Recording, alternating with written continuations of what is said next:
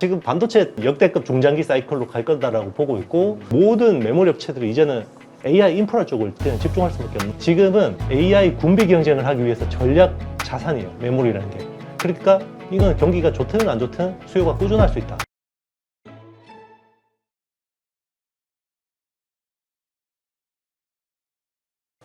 네, 오늘 모신 분은 IT의 신 이형수 대표입니다. 안녕하세요. 네, 안녕하십니까?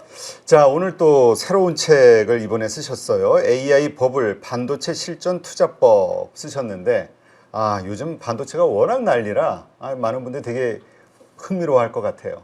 네, 뭐 제가 그 책을 4번째 썼고요. AI 시리즈는 이제 3번째 책인데 제일 잘 나갑니다. 그래요? 네.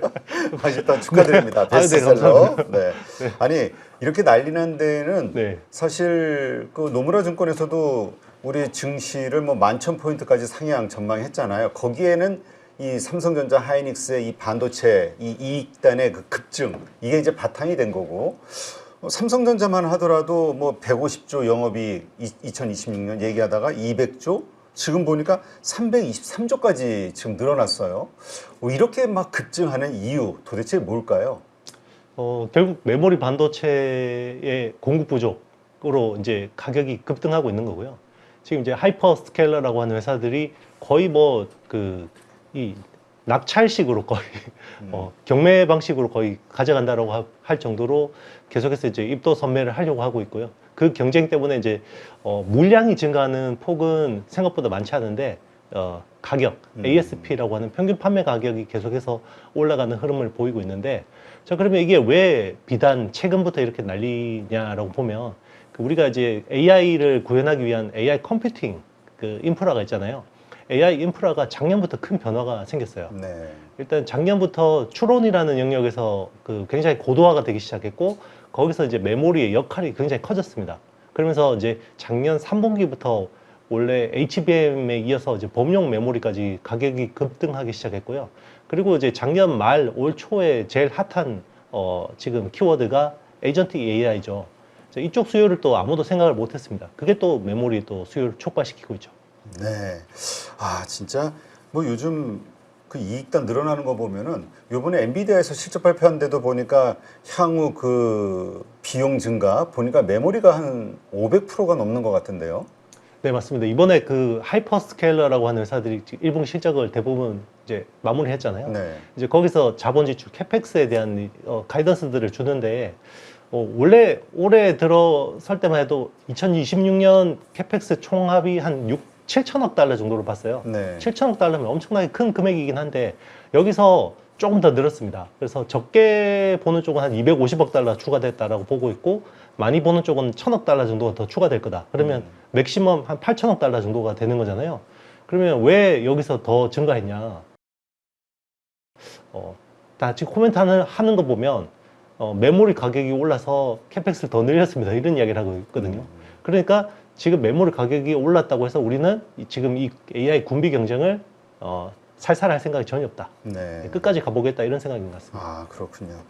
D램, 낸드, HBM 이 영업이익률이 보통 7, 80% 이렇게 나오잖아요. 이거 엄청난 건데 보통 1, 20%만 제조업에서 나와도 많이 나왔다 이렇게 얘기하는데 이렇게 높은 이익률이 계속 유지가 되는 이유가 뭘까요?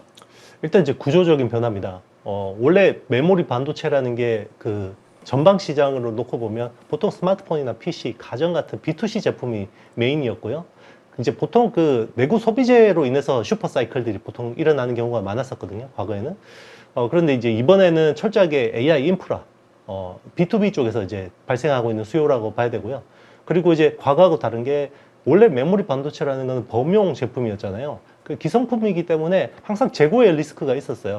근데 이번에는 AI 인프라에 최적화된 주문형 메모리들이 많이 늘고 있죠. 그래서 대표적인 게 HBM이고요. 그리고 HBM 이어서 이제 올해부터 물량이 좀 급증하는 게 소캠이라고 하는 이제 엔비디아가 직접 설계하는 CPU에 필요한 메모리죠. 네, 그런 쪽도 이제 주문형 메모리가 이제 다음 타자로 지금 준비를 하고 있는 거고. 그러면 이제 주문형 메모리에서 기존 범용 메모리의 어떤 캐파를 잠식하는 효과가 나타나잖아요. 네. 그런데 범용 메모리 수요도 매우 중요해지다 보니까 지금 양쪽에서 다 공급이 부족해지고 있는 상황. 네. 그렇게 발생하고 있습니다. 네, 그렇군요. 2027년도에 이제 HBM4E가 본격적으로 도입이 되면 전체 D램 가격이 상승될 것이다. 또 이런 전망들이 있더라고요. 이유가 있나요? 일단 제작 난이도가 너무 높고요. 제작 난이도가 높으면 결국 수율이 떨어지죠.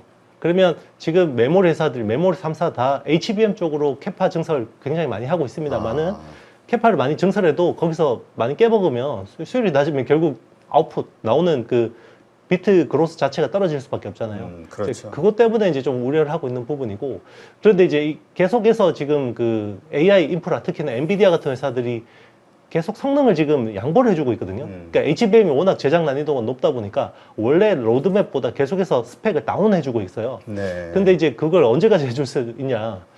그러면 이제 HBM4E부터는 하이브리드 본딩이라는 기술이 처음 적용되거든요. 그러면 그 기술이 적용되면 아무래도 지금보다 더 수율이 떨어질 가능성이 높은데, 그때는 이제 엔비디아가 성능을 선택할 거냐 아니면 안정적인 공급을 선택할 거냐, 이제 그게 HBM 시장이 매우 중요한 분기점이 되겠죠. 네. 근데 이제 다들 이러한 이유 때문에 더 많이 사용될 것이다도 있고, 그것 때문에 가격 상승이 또 상당히 일어날 것이다도 보고 있는데, 어느 정도 상승에 대한 기대감을 가지고 있나요, 현재 시장에서는? 그러니까 이제 이게 제일 중요한 게 결국 사주는 쪽에서 여력이 얼마나 있냐가 되게 중요할 것 같습니다. 하이퍼스케일. 맞습니다. 하이퍼스케일러의 올해 캐펙스가 7천억 달러에서 8천억 달러 정도잖아요. 그러면 내년에는 얼마나 더 투자를 늘릴 수 있을까? 여기에 대해서 이제 많은 의문을 가지고 있는데, 일단 하이퍼스케일러라고 하는 회사들이 원래 AI 혁명 이전에만 해도 분기당 프리캐시 플로우가 보통 450억 달러 정도 나왔어요. 네. 그런데 이번에 1분기에 프리캐시 플로우를 합산을 해보니까 40억 달러밖에 안 나옵니다. 아, 그래요? 네, 그러니까 투자하느라고 돈이 없어요. 그러면 이 업체들이 얼마나 더 투자를 늘릴 수 있느냐?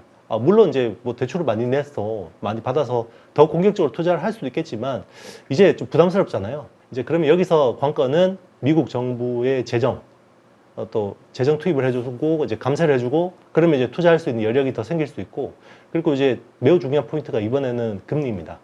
금리가 좀 하향 안정화, 금리가 더 낮아진다 그러면 더 공격적으로 투자를 할 수 있거든요. 왜냐하면 데이터 센터라는 건 사실 굉장히 특수한 건물이잖아요. 그렇죠. 건물 짓는 데는 결국 그 금융이 들어가지 않습니까? 그 프로젝트 파이낸시 같이 그렇죠. 시설 투자니까. 그렇죠. 특히나 최근 이야기하고 있는 사모대출 이런 것들이 많이 들어가기 때문에 금리가 낮아지면 더 공격적으로 할 수 있고, 반대로 이야기하면 금리가 많이 튄다 그러면 투자할 수 있는 여력이 많이 줄어들어서 우리 반도체 수요에는 좋지 않습니다. 요즘 뭐 금리 인상, 소수 의견입니다만 금리 인상 해야 되는 거 아니야, 연준 이사들 그런 것들이 좀 나오잖아요. 네. 이런 것들이 상당히 악재가 될 수는 있겠네요. 맞습니다. 이거 뭐 최근에 급등했지만 그 전에 그 시장이 발작을 했잖아요. 특히나 테크주들이 줄줄이 빠졌는데 그때 미국 10년물 국채 금리가 4.67인가까지 튀었거든요. 네. 그러니까 4.5를 넘어가면 이제 이게 위험하다고 생각하는 겁니다. 그렇군요. 네. 자, 지금 낸드 공급 부족이 어느 정도입니까? 그래서 2007년 좀 계속 가격이 낸드 쪽에서도 메모리처럼 막 올라가고 있다고 하는데, 이것이 2007년도까지도 상당할 것이다, 이런 전망들이 있던데 어떤 상황인가요? 그러니까 원래 낸드의 최종 수요처라고 하면 뭐 스마트폰하고 PC 같은 건 B2C 제품이었잖아요. 네. 그리고 이제 AI 서버에서 그 학습, 그 AI가 학습을 할 때만 해도 낸드가 그렇게 중요하지는 않았거든요. 왜냐면 뭐 D램, 프로세서 이런 쪽으로 거의 그 리소스가 몰빵되어 있는 구조였는데, 이게 이제 추론으로 오면서 저장해야 되는 것들을, 기억해야 되는 것들이 매우 많아지기 시작했고, 그리고 이제 올 초 들어서 엔비디아가 AI 인프라에서 중요하게 새로운 메모리 계층을 투입을 했는데, 그게 이제 키 밸류 캐시라고 하는 그 어떤 이제 중장기 기억, 중장기 기억을 담당할 수 있는 그런 것들을 양이 굉장히 많이 늘기 시작했어요. 그게 ICMS라고 하죠. 네. Inference Context Memory Storage라고 하는데, 거기에 이제 낸드가 굉장히 많이 필요해진 겁니다. 그래서 이제는 쉽게 이야기하면 AI 인프라에서 원래 낸드가 별로 안 중요했는데 이제 낸드가 중요해지니까 여기서 막 땡겨가는 거죠. 그러면 스마트폰하고 PC 업체들은 또 자기들이 또 지켜야 되잖아요. 그러면 결국은 가격 경쟁을 할 수밖에 없고, 결국 가격 경쟁이 안 되죠. B2C 쪽에서. 그렇죠. 그러면 이제 AI 서버 쪽으로 이제 낸드가 더 많이 적용되는 거고, 우리가 이제 엔터프라이즈 SSD라고 하는 그 제품이 전체 낸드에서 차지하는 비중이 아마 내년이 되면 절반 수준까지 올라갈 것 같습니다. 그렇군요. 그래서 그런지 하여튼 지금 뭐 낸드 메모리 뭐 할 것 없이 반도체 쪽이 뭐 진짜 불을 뿜는 것 같아요. 그래서 정말 뭐 엄청난 슈퍼 사이클이 왔다. 뭐 너무나도 지금 우리 11,000으로 올린 근거가 거기니까. 근데 이 슈퍼 사이클이 왔다 이런 얘기가 지금 상당히 오래 전서부터 나왔잖아요. 이거에 대한 언제까지 될 것이냐 지금 그 가이던스가 어느 정도까지 나와 있습니까? 일단 저도 이렇게 크고 긴 사이클은 처음이라. 그렇죠. 저도, 네, 아마 지금 반도체 저기 분석하시는 분들이 이런 사이클 처음 겪어보셨을 거예요. 뭐 저도 그렇고요. 그러니까 이게 사이클 원래는 끝나야 되는데 안 끝나는 거죠. 그래서 일단 저는 보는 게 이거는 역대급 중장기 사이클로 갈 거다라고 보고 있고 그 이유가 기존의 그 쇼티지라고 하는 거는 점으로 일어났어요. 네. 그러니까 어떤 이야기냐면 예전에는 PC의 디램이 갑자기 부족해지면 가격이 급등하고 공급업체들이 그거 마켓시어 먹으려고 막 캐파를 증설하죠. 그러면 갑자기 공급이 많아지면 이 공급 과잉이 돼서 가격이 급락해서 사이클이 끝나는, 그게 보통 2년에서 2년 6개월 정도의 업사이클을 만들었던 거거든요. 근데 이번에는 이게 점이 아니라 면으로 일어나고 있어요. 그러니까 코로나19 이후로 지금 쇼티지라는 것들이 양상이 이제 반도체 밸류체인이 워낙 복잡해지고, 그리고 반도체라는 게 이제 어떻게 보면 지정학의 그 중요한 변수가 되다 보니까 뭐 제재 이런 쪽으로 굉장히 많이 얽혀들어 버렸잖아요. 그래 비효율적인 것들이 많이 생긴 거죠. 그래서 코로나19 때 그때 기억하시면 처음에 차량 반도체 MCU가 쇼티지가 나서 MCU가 부족했는데 그게 또 좀 있으니까 PMIC 쪽에 공급이 부족해지기 시작했고, 나중에는 8인치 웨이퍼 파운드리가 부족해지고, 그러니까 원래는 점으로 일어났던 쇼티지가 이제 선으로 일어나기 시작했고요. 그리고 이제 지금 AI 혁명에서는 면으로 일어나고 있어요. 그러니까 처음에는 GPU 프로세서가 부족했고, GPU 프로세서가 왜 부족하느냐 봤더니 TSMC 파운드리가 부족하고, TSMC 파운드리가 또 계속해서 부족한데 여기서 또 메모리가 부족해지고 있고, 최근에는 CPU도 부족해지고 있고, 그리고 이제는 ABF라고 하는 기판도 부족해지고 있고, 그러니까 이게 쇼티지가 막 동시다발적으로 일어나니까 이게 계속해서 업사이클, 이쪽에서 부족해지고 이쪽에서 그렇게 계속 상승 효과를 만들고 있는 거죠. 네, 그렇군요. 자, 어쨌건 이 낸드 쪽도 이러면서 ESSD가 지금 엄청나게 부각이 좀 되고 있는 것 같아요. 엔비디아, CMX 이런 신규 스토리지 플랫폼들 이쪽에서 고성능 ESSD에 대한 수요가 계속 증가하고 있고, 이것이 이제 가격 상승. 뭐 샌디스크 주가 보면은 말이 안 나와요. 어떻습니까? 어떤 상황입니까? 그러니까 이제 낸드의 투자 아이디어라고 하면 작년까지만 해도 낸드의 어떤 그 투자자들의 컨셉이 뭐였냐면 하드 디스크 드라이브가 있잖아요. 네. 하드 디스크 드라이버가 싸고 많이 담을 수 있으니까 많이 쓰고 있는데 하드 디스크 드라이버 이쪽은 이제 신규 투자가 없잖아요. 그렇죠. 근데 갑자기 AI 쪽으로 그 콜드 데이터를 많이 저장해야 되니까 수요가 올라가니까 가격이 급등하기 시작했어요. 그래서 원래는 SSD하고 HDD 가격이 그 용량당 가격이 보통 한 6배 차이 났거든요. HDD가 더 비쌌던 거죠. 그 SSD가 더 비쌌죠. SSD가. 네네. 더 비쌌는데 이게 HDD 가격이 오르고 낸드 가격이 좀 떨어지니까 그게 작년까지만 해도 한 2배까지 붙었어요. 그러면 2배가 차이 나면 사실 SSD가 전기를 적게 먹기 때문에 데이터 센터가 정말 전기 많이 먹잖아요. 그러면 전체 운영 비용 차원에서 생각해 볼 때는 하드 디스크 드라이버를 쓰는 것보다 SSD를 쓰는 게 더 낫겠네? 라고 해서 이제 그쪽 수요를 많이 생각했죠. 그래서 그때만 해도 그 QLC 낸드 그 이야기를 많이 했었죠. 그래서 인텔의 솔리다임 이야기를 많이 하고. 그랬죠. 근데 이제 올 1월에 들어서 완전히 이게 투자 컨셉이 바뀌었어요. 그게 뭐냐면 젠슨 왕이 CS2026에서 RCMS라고 하는 그 새로운 메모리 계층을 내놨거든요. 그거는 사람의 해마처럼 우리가 이제 에이전틱 서비스를 쓰면서 계속해서 갖다 놓는 맥락과 어떤 중요 데이터를 갖다 놓는 케이블 캐시를 담아 놓는 그 스토리지거든요. 그 쉽게 이야기하면 그동안에는 싸니까 쓴다라는 컨셉이 낸드였는데 이제는 낸드가 AI 인프라에서 중요해진다.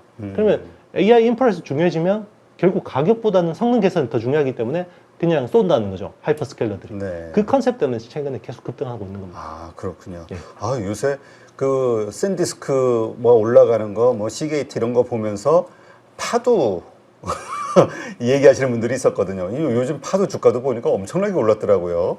뭐 11만 원이 훨씬 넘던데. 참 대단하다는 생각이 듭니다. 자, 근데 여기에는 어쨌든 그 우리 AI 데이터 센터 그리고 여기에 들어가는 서버형 그러니까 서버향 이 공급 이것이 급증하면서 이렇게 된 것이다라는 말들이 많잖아요. 이게 매출 비중이 벌써 50% 이상을 넘어섰다면서요. 요거에 대한 좀 정확한 이야기 좀 해주시죠. 네, 일단 이제 그 전방 시장이 서버가 차지한 비중이 점점점 커지고 있어요. 그거는 이제 비단 낸드뿐만 아니라 이제 디램도 마찬가지고요. 원래는 AI 혁명이 시작되기 전만 해도 전방 시장 수요는 스마트폰하고 PC가 60% 후반대, 서버가 한 30% 초반대 정도 비중을 네. 차지했거든요. 그런데 지금은 이게 완전 역으로 바뀌었어요. 서버 비중이 거의 메모리 전방 시장의 70%를 차지하고 있고, 이제 B2C, 스마트폰이나 PC 쪽은 사실 이제는 30%대로 쪼그라들었거든요. 그러니까 최근에 재밌는 이야기가 있는데, 그 엔비디아의 베라 CPU가 나오잖아요. 네네. 그러니까 기존의 그레이스 CPU의 후속 버전은 베라 CPU인데, 베라 CPU의 그 메모리, 그러니까 CPU를 지원하는 메모리로 LPDDR이 쓰이거든요. 근데 그게 LPDDR의 내년 베라 CPU에 필요한 수요가 내년 애플하고 삼성 스마트폰 합산한 그 수요보다 더 많은 거예요. 그게 LPDDR 전체 시장에서 36%가 베라 CPU용 그 LPDDR이 지금 차지하게 되는 거고요. 그리고 이제 ICMS라고 하는 새로 메모리 계층이 나왔잖아요. 네. 그게 올해 전체 낸드에서 비중이 얼마나 되냐면 3% 되거든요. 그러니까 우리 뭐 3% 그러면 별거 아닌 것 같잖아요. 근데 이게 내년 되면 얼마나 되냐면 9%가 됩니다.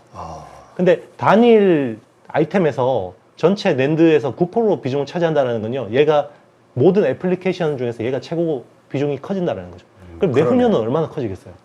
그러니까 모든 메모리 업체들이 이제는 AI 인프라 쪽을 그냥 집중할 수밖에 없는 거죠. 그렇군요. 그렇다면 요것이 그동안에 우리가 생각하던 반도체 사이클, 이 매출 구조, 이거를 완전히 좀 바꾸는 형태가 이제 만들어지는 건가요? 맞습니다. 이제는 그 메모리라는 게 예전에는 그냥 그 원유처럼 약간 그 경기를 파악하기 위한 기초 원자재로 많이 생각했잖아요. 그러니까 원유 수요가 갑자기 막 늘면 경기가 좋아지겠구나. 반도체 수요가 늘면 앞으로 이제 소비가 좋아지겠구나. 자, 이렇게 봤잖아요. 근데 이제 그거 안 맞아요. 지금은 그 AI 군비 경쟁을 하기 위해서 전략 자산이에요. 메모리라는 게. 그러니까 이건 경기가 좋든 안 좋든 수요가 꾸준할 수 있다. 이거는 이제 그러면 시클리컬이라는 그 어떤 근본적인 한계를 상당 부분 좀 이제 벗어날 수 있는, 그러니까 멀티플 측면에서 매우 중요한 이슈가 되는 거죠. 그렇군요. 근데 지난번 사실 우리 사이클 때도 그냥 AI 데이터 센터 말고 데이터 센터 때문에 확 증가했었을 때 이 1차로 일단 설비가 끝나면 또 이제 스톱되는 거 아니냐, 이제 이런 우려가 있었잖아요. 지금 AI 데이터 센터에 대해서도 그럴 가능성 이야기하시는 분들이 좀 있긴 하던데, 어느 날 어느 정도 설비가 다 끝나면 확 떨어지는 거 아니냐. 그렇죠. 사실 그 빅테크들의 투자 그 방향은요, 굉장히 예측 불가한 측면들이 있습니다. 그러니까 지난 2016년, 17년, 18년 슈퍼 사이클 때도 엄청나게 투자하다가 어느 순간 이게 뚝 끊겼거든요, 수요가. 이제 이번에도 그렇게 보시는 분들이 많긴 한데, 근데 이제 지금 AI 기술 흐름으로 봤을 때는 지금은 에이전틱 AI나 피지컬 AI가 또 다음에 기다리고 있잖아요. 네. 그러면 저 시장을 포기할 건가? 하이퍼스케일러들이?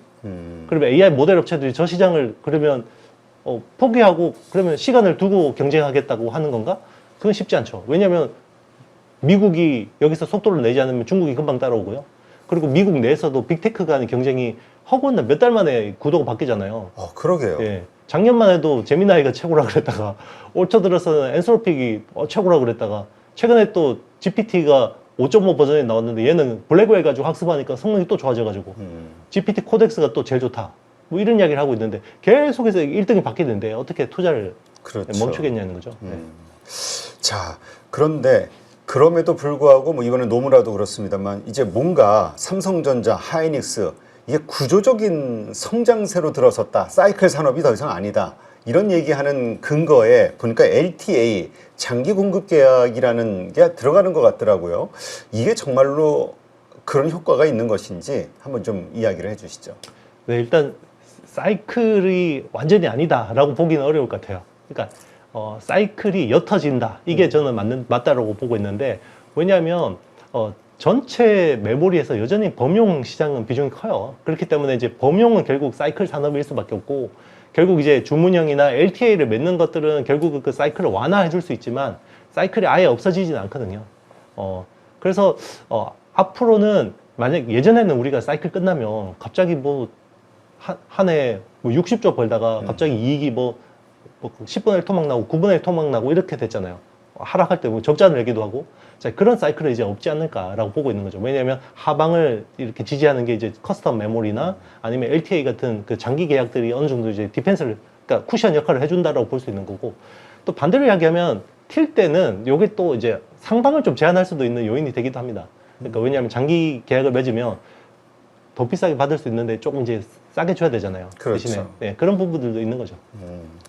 자, 그래서 이제는 그 멀티플을 제대로 줘야 된다. TSMC처럼 줘야 된다. TSMC 뭐 지금 20배긴 합니다만 그 전 단계 보면 한 10배까지 받다가 15배 받다 이렇게 점차적으로 올라왔잖아요. 컨센서스가. 그래서 지금 그런 수준을 가려면 마이크론이 지금 한 8배 정도 되는데 한 10배, 뭐 15배 이런 식으로 가게 된 거면 삼성전자도 뭐 5배, 하이닉스는 뭐 더 싸니까 5, 6배 정도 둘 다 이 정도에 왔다 갔다 하니까 앞으로 상당히 올라갈 것이다. 이런 전망하시는 분들이 많더라고요. 어떻게 생각하세요? 일단 저도 그런 쪽에 가능성을 놓고 보고 있는데, 결국 우리가 이 산업이 구조적으로 바뀌었다는 걸 확인하려면 다운 사이클이 와봐야 알 것 같아요. 그러니까 우리 LTA나 뭐 SCA 같은 그런 중장기 계약들이 굉장히 구속력이 있다고 하는데 막상 다운 사이클이 왔을 때 저걸 취소를 할 수 있냐 없냐 이게 되게 중요한 부분이잖아요. 근데 실제로 지금 우리가 기대하는 것처럼 취소할 수 없다. 그러면 진짜 그거는 멀티플을 리레이팅 해줘야 되는 거고요. 근데 또 생각해 보니까 뭐 계약금 물어주고 그냥 취소할 수 있다 이러면 이제 다시 그러면 이제 성장 산업으로서 밸류에이션을 주기는 좀 쉽지 않겠구나 이렇게 볼 수 있는 거죠. 네. 그렇다면 지금 네. 어떻게 보세요? 지금의 주가 상황 너무나 급격하게 올라와서 너무 비싸다. 아유, 공매도 치는 거 보니까 장난 아니게 들어가더라고. 삼성전자, 하이닉스에. 하지만 또 많은 분들은 지금보다도 너무나도 그렇습니다만 지금 주가에서 거의 2배 가까이 목표 주가를 올려놨잖아요. 이거에서 지금 다들 헷갈려 하시던데. 그러니까 이제 과거처럼 PBR로 밸류에이션 하면 비싸요. 역대급으로 비싼 건 맞죠. 근데 이제 우리가 PER 밸류에이션, 이 성장 산업이다 이제 사이클 산업이 아니라 원유처럼 시클리컬로, 퓨어한 시클리컬로 보기 어렵다. 성장 산업에 밸류에이션 줘야 된다 그러면 아직까지 싸죠. 여전히 싸죠.